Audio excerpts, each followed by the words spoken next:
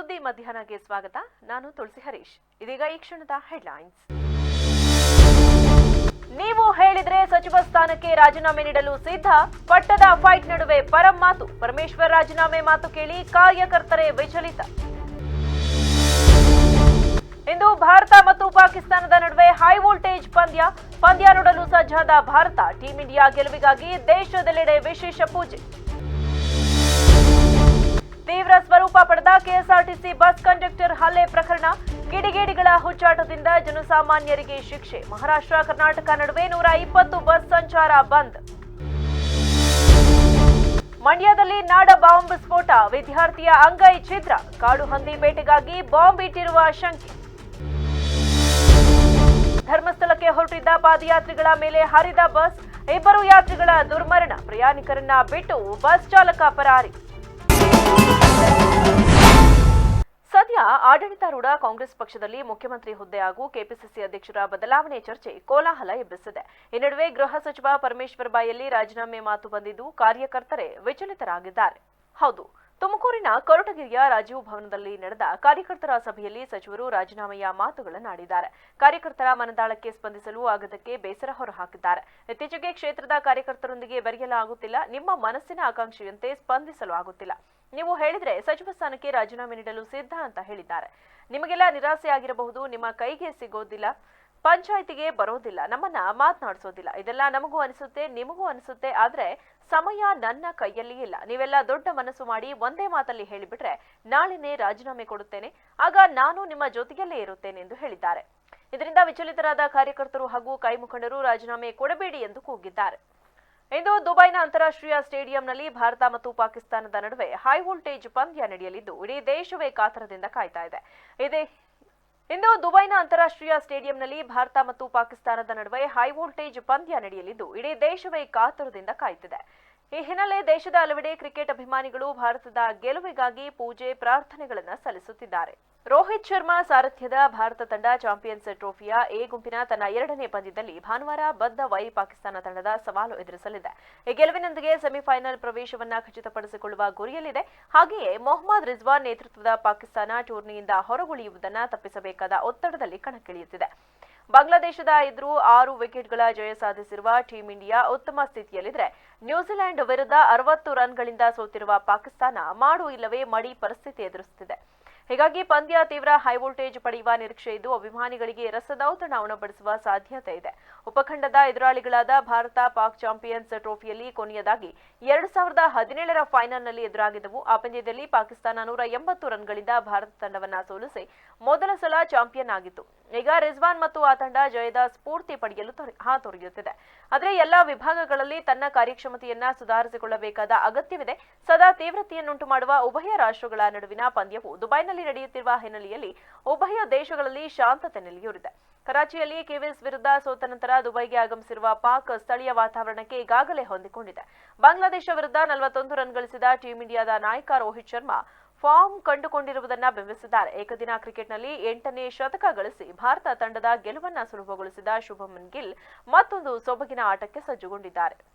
ಕನ್ನಡ ಮಾತನಾಡಿದ KSRTC bus conductor ಮೇಲೆ ಮರಾಠಿ ಪುಂಡರು ಹಲ್ಲೆ ನಡೆಸಿದ ಪ್ರಕರಣ ಇದೀಗ ತೀವ್ರ ಸ್ವರೂಪ ಪಡೆಯುತ್ತಿದ್ದು ಕರ್ನಾಟಕದಲ್ಲಿ ಮಹಾರಾಷ್ಟ್ರದ ಬಸ್ ತಡೆದು ಪ್ರತಿಭಟನೆ ನಡೆಸಲಾಗಿದೆ. ಮಹಾರಾಷ್ಟ್ರದಲ್ಲಿ ಕರ್ನಾಟಕದ ಬಸ್ಗೆ ತಡೆಯೊಡ್ಡಲಾಗಿದೆ. ಮಹಾರಾಷ್ಟ್ರ ಮತ್ತು ಕರ್ನಾಟಕ ನಡುವಿನ ಸರ್ಕಾರಿ ಬಸ್ ಸಂಚಾರ ಶನಿವಾರದಿಂದ ಬಂದಾಗಿದ್ದು ಭಾನುವಾರ ಕೂಡ ಬಸ್ ಸಂಚಾರ ಸ್ಥಗಿತಗೊಂಡಿದೆ. ಕೊಲ್ಲಾಪುರದಲ್ಲಿ ಶಿವಸೇನೆ ನಡೆಸುತ್ತಿರುವ ಪ್ರತಿಭಟನೆ ಇದಕ್ಕೆ ಕಾರಣ. ನಿಪ್ಪಾಣಿ, ಚಿಕ್ಕೋಡಿ, ಬೆಳಗಾವಿ ಮಾರ್ಗವಾಗಿ ಕೊಲ್ಲಾಪುರಕ್ಕೆ ಹೋಗುವ ಎಲ್ಲಾ ಕೆಎಸ್ಆರ್ಟಿಸಿ ಬಸ್ ಸಂಚಾರವನ್ನು ಸ್ಥಗಿತಗೊಳಿಸಲಾಗಿದೆ. ಪ್ರತಿದಿನ ಈ ಮಾರ್ಗದಲ್ಲಿ 120 ಬಸ್ಗಳು ಸಂಚರಿಸುತ್ತಿದ್ದವು. ಕರ್ನಾಟಕದಿಂದ ಕೊಲ್ಲಾಪುರ, ಇಂಚಲಕರಂಜಿ ಸೇರಿದಂತೆ ಗಡಿ ಗ್ರಾಮಗಳಿಗೆ ತೆರಳುತ್ತಿದ್ದ 120 ಬಸ್ಗಳ ಸಂಚಾರವನ್ನು ಸಾರಿಗೆ ಇಲಾಖೆ ಸ್ಥಗಿತಗೊಳಿಸಿದೆ. ಪ್ರತಿಭಟನೆಯ ಹಿನ್ನೆಲೆಯಲ್ಲಿ ಪರಿಸ್ಥಿತಿ ಅವಲೋಕಿಸಿ ಮಧ್ಯಾಹ್ನದ ನಂತರ ಮುಂದಿನ ತೀರ್ಮಾನ ಕೈಗೊಳ್ಳಲಾಗುವುದು ಎಂದು ತಿಳಿದು ಬಂದಿದೆ. ಈಗಾಗಲೇ ಮಹಾರಾಷ್ಟ್ರದಿಂದ ಕರ್ನಾಟಕಕ್ಕೆ ಬರುತ್ತಿದ್ದ ಎಲ್ಲಾ ಬಸ್ಗಳ ಸಂಚಾರವನ್ನು ಮಹಾರಾಷ್ಟ್ರ ಸಾರಿಗೆ ಇಲಾಖೆ ಸ್ಥಗಿತಗೊಳಿಸಿದೆ. ಬೆಳಗಾವಿಯಲ್ಲಿ ಬಸ್ ಕಂಡಕ್ಟರ್ ಮೇಲೆ ಹಲ್ಲೆ ಪ್ರಕರಣಕ್ಕೆ ಸಂಬಂಧಿಸಿದಂತೆ ಮಹಾರಾಷ್ಟ್ರದ ಕೊಲ್ಲಾಪುರದಲ್ಲಿ ಶಿವಸೇನೆ ಪ್ರತಿಭಟನೆ ನಡೆಸಿದೆ. ಕರ್ನಾಟಕದಿಂದ ಮಹಾರಾಷ್ಟ್ರಕ್ಕೆ ಹೊರಟ ಕೆಎಸ್ಆರ್ಟಿಸಿ ಬಸ್ ತಡೆದು ಪ್ರತಿಭಟನೆ ನಡೆಸಲಾಗಿದೆ. ಈ ಹಿನ್ನೆಲೆಯಲ್ಲಿ ಮಹಾರಾಷ್ಟ್ರ ಭಾಗಕ್ಕೆ ಹೊರಡುವ ಕೆಎಸ್ಆರ್ಟಿಸಿ ಬಸ್ಗಳನ್ನು ಸ್ಥಗಿತಗೊಳಿಸಲಾಗಿದೆ. ಸದ್ಯಕ್ಕೆ ಬೆಳಗಾವಿ ನಿಪ್ಪಾಡಿ ಮಾರ್ಗವಾಗಿ ಮಹಾರಾಷ್ಟ್ರದ ಕೊಲ್ಹಾಪುರಕ್ಕೆ ತೆರಳುವ ಕೆಎಸ್ಆರ್ಟಿಸಿ ಬಸ್ಗಳನ್ನು ಸ್ಥಗಿತಗೊಳಿಸಲಾಗಿದೆ. ಬೆಳಗಾವಿ ಜಿಲ್ಲೆಯ ನಿಪ್ಪಾಡಿ ಪಟ್ಟಣದವರೆಗೆ ಮಾತ್ರ ಕೆಎಸ್ಆರ್ಟಿಸಿ ಬಸ್ ಪ್ರಯಾಣ ಬೆಳೆಸುತ್ತದೆ. ಗಡಿಯಲ್ಲಿ ಪರಿಸ್ಥಿತಿ ತಿಳಿಗೊಳ್ಳುವವರೆಗೂ ಬಸ್ ಸಂಚಾರ ಸ್ಥಗಿತಗೊಳಿಸುವ ಸಾಧ್ಯತೆ ಇದೆ. ನಾಡಬಾಂಬ್ ಸ್ಫೋಟದಿಂದಾಗಿ ಇಬ್ಬರು ವಿದ್ಯಾರ್ಥಿಗಳು ಗಾಯಗೊಂಡಿದ್ದು, ಓರ್ವನ ಅಂಗೈ ಛಿದ್ರವಾಗಿರುವ ಘಟನೆ ಮಂಡ್ಯ ಜಿಲ್ಲೆಯ ನಾಗಮಂಗಲ ತಾಲೂಕಿನ ಕಂಬದಹಳ್ಳಿಯ ಆಂಜನೇಯ ಬೆಟ್ಟದಲ್ಲಿ ನಡೆದಿದೆ.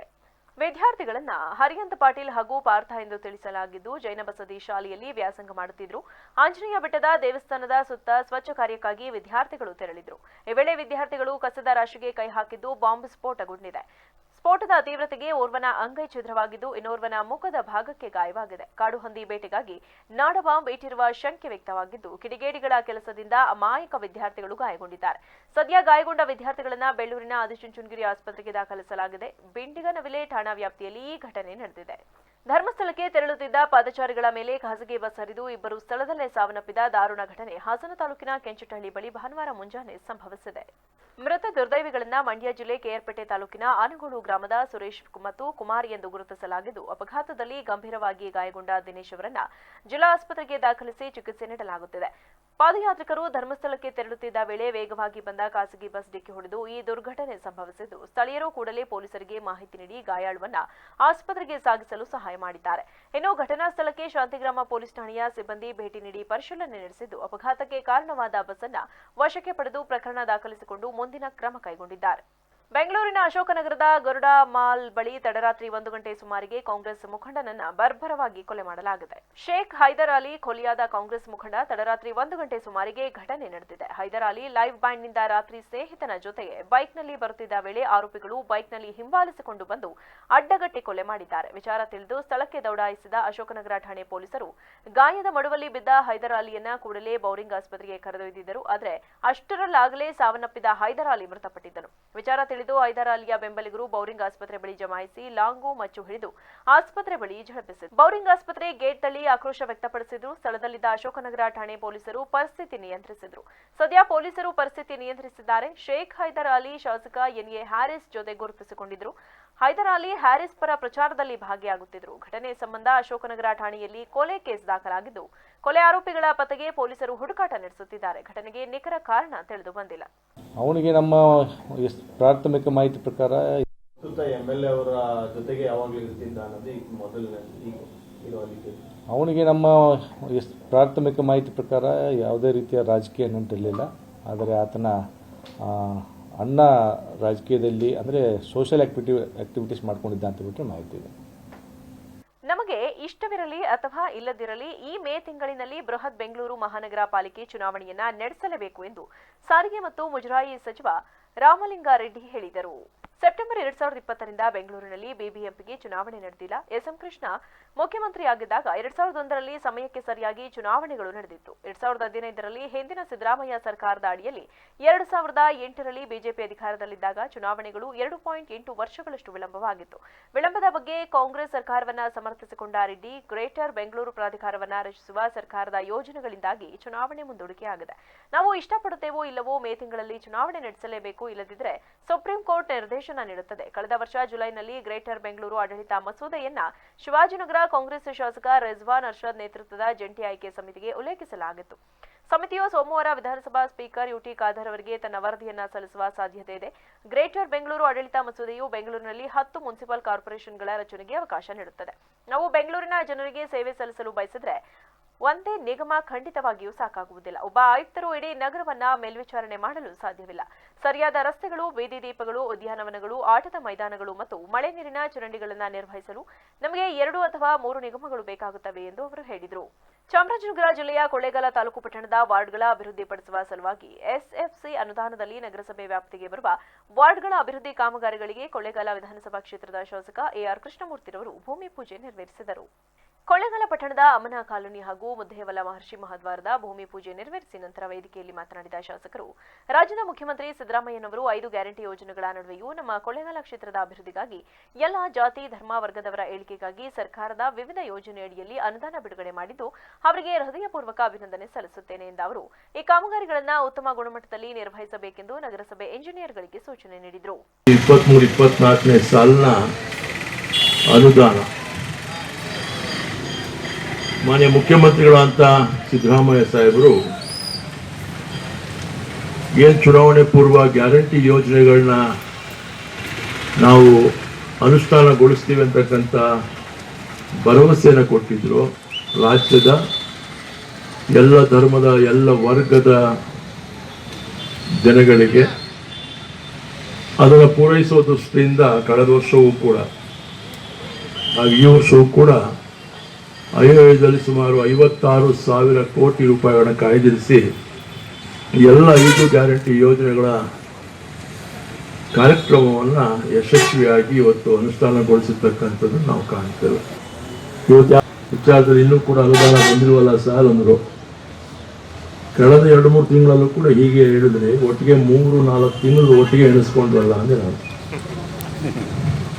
ಮೈಸೂರಿನಲ್ಲಿ ಈಗಲೂ 2-3 ತಿಂಗಳು ತಡವಾಗಿದೆ ಕಾರಣಾಂತರದಿಂದ. ನಮಗೆ ಗೊತ್ತು ಫೈನಾನ್ಷಿಯಲ್ ರಿಸೋರ್ಸನ್ನ ಮೊಬಿಲೈಸ್ ಮಾಡೋದು ಅಷ್ಟು ಸುಲಭ ಸಾಧ್ಯ. ಈ ಸಂದರ್ಭದಲ್ಲಿ ನಗರಸಭಾ ಅಧ್ಯಕ್ಷೆ ರೇಖಾ ರಮೇಶ್, ಉಪಾಧ್ಯಕ್ಷ ಎಟಿ ಶಂಕರ್, ಪೌರಾಯುಕ್ತ ರಮೇಶ್, ಸ್ಥಾಯಿ ಸಮಿತಿ ಅಧ್ಯಕ್ಷ ಸುರೇಶ್, ದೇವಾಂಗ ಮುಖಂಡ ಅಚ್ಚುಗಾಡ್ ನಾಗಪ್ಪ ಸೇರಿದಂತೆ ಇನ್ನಿತರರು ಹಾಜರಿದ್ದರು. ಕೊನೆಯಲ್ಲಿ ಮತ್ತೊಮ್ಮೆ ಹೆಡ್ಲೈನ್ಸ್. ನೀವು ಹೇಳಿದ್ರೆ ಸಚಿವ ಸ್ಥಾನಕ್ಕೆ ರಾಜೀನಾಮೆ ನೀಡಲು ಸಿದ್ಧ, ಪಟ್ಟದ ಫೈಟ್ ನಡುವೆ ಪರಂ ಮಾತು. ಪರಮೇಶ್ವರ್ ರಾಜೀನಾಮೆ ಮಾತು ಕೇಳಿ ಕಾರ್ಯಕರ್ತರೇ ವಿಚಲಿತ. ಇಂದು ಭಾರತ ಮತ್ತು ಪಾಕಿಸ್ತಾನದ ನಡುವೆ ಹೈ ವೋಲ್ಟೇಜ್ ಪಂದ್ಯ ನೋಡಲು ಸಜ್ಜಾದ ಭಾರತ. ಟೀಂ ಇಂಡಿಯಾ ಗೆಲುವಿಗಾಗಿ ದೇಶದೆಲ್ಲೆಡೆ ವಿಶೇಷ ಪೂಜೆ. ತೀವ್ರ ಸ್ವರೂಪ ಪಡೆದ ಕೆಎಸ್ಆರ್ಟಿಸಿ ಬಸ್ ಕಂಡಕ್ಟರ್ ಹಲ್ಲೆ ಪ್ರಕರಣ. ಕಿಡಿಗೇಡಿಗಳ ಹುಚ್ಚಾಟದಿಂದ ಜನಸಾಮಾನ್ಯರಿಗೆ ಶಿಕ್ಷೆ. ಮಹಾರಾಷ್ಟ್ರ ಕರ್ನಾಟಕ ನಡುವೆ 120 ಬಸ್ ಸಂಚಾರ ಬಂದ್. ಮಂಡ್ಯದಲ್ಲಿ ನಾಡ ಬಾಂಬ್ ಸ್ಫೋಟ, ವಿದ್ಯಾರ್ಥಿಯ ಅಂಗೈ ಛಿದ್ರ. ಕಾಡು ಹಂದಿ ಬೇಟೆಗಾಗಿ ಬಾಂಬ್ ಇಟ್ಟಿರುವ ಶಂಕೆ. ಧರ್ಮಸ್ಥಳಕ್ಕೆ ಹೊರಟಿದ್ದ ಪಾದಯಾತ್ರಿಗಳ ಮೇಲೆ ಹರಿದ ಬಸ್, 2 ಯಾತ್ರಿಗಳ ದುರ್ಮರಣ. ಪ್ರಯಾಣಿಕರನ್ನ ಬಿಟ್ಟು ಬಸ್ ಚಾಲಕ ಪರಾರಿ. ಕ್ಷಣ ಕ್ಷಣದ ಸುದ್ದಿಗಾಗಿ ನೋಡ್ತಾ ಇರಿ ವಿವಿಸಿ ಟಿವಿ. ಇದು ಜನರ ಧ್ವನಿ, ಸತ್ಯದ ಕಡೆ ನಮ್ಮ ನಡೆ.